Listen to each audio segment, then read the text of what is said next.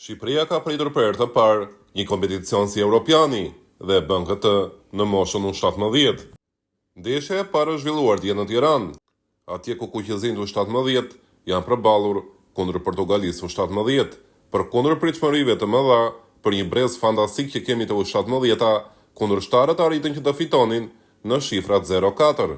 Në fakt, Portugalia ka fituar 6 herë Europianin me këtë grup mosh dhe në fazën kualifikuese dolën të parë në grup me pikë të plota, duke mundur Serbin, Hollandën dhe Ungarin.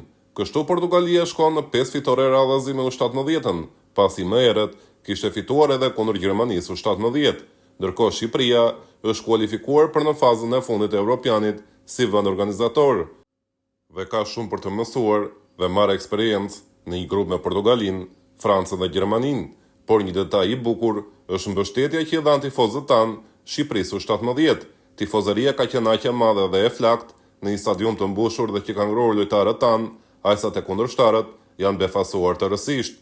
Pavarësisht se flitet për një superfuqi si Portugalia, lojtarët e Portugalisë U17 janë shprehur se janë lidhur këmbën në Air Albania, dhe se një tifozëri të tillë nuk e kishin para asnjëherë në jetën e tyre futbollistike, pra në karrierë nuk kishin luajtur kurrë në një stadium me kaq shumë tifoz. Në këtë linjë mendimi ishte futbollisti i Portugalisë, Joao Aragao. E dinim se çfarë duhej të bënin në fushë. Është gjithashtu e rëndësishme të përmendet se kishte një atmosferë të jashtëzakonshme në stadium. Shqipëria doli e fortë, por ne e prisim këtë. Pastaj cilësia jon ishte superiore dhe përfunduam duke fituar lehtësisht. Ekipi ishte i bashkuar nga fillimi deri në fund. U kënaqëm shumë duke luajtur para një stadiumi të plot, të mbushur në këtë mënyrë, tha Aragao. Akoma më e bukur ishte deklarata e bërë nga ana e futbollistit tjetër të Portugalisë, Mateus Mide. Ky i fundit arriti të shënonte golin e dytë të ndeshjes nga pika e bardhë e penalltisë në minutën e 68 të takimit. Për Mide ishte era e parë në karrierë që vendosej para një presioni të tillë nga stadiumi kur godiste një 11 metrash dhe nuk do të harroj Tiranën për gjithë jetën e tij.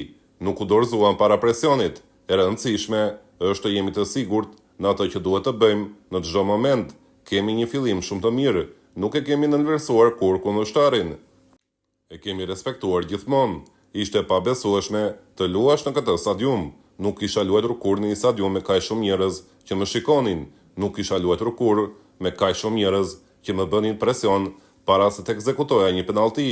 Ishte pabesueshme për mua. Familjet tona ishin gjithashtu të pranishme dhe ata ishin shumë të rëndësishëm për paraqitjen tonë në këtë ndeshje, tha Mide, dhe për ta mbyllur të gjithë këtë panoramë të ofruar nga tifozët e Shqipërisë në ndeshjen e U17-s, mendoi trajneri i Portugalisë U17, Bino Machavesh, që tregoi sakt presionin që kishin lojtarët e tij në Air Albania.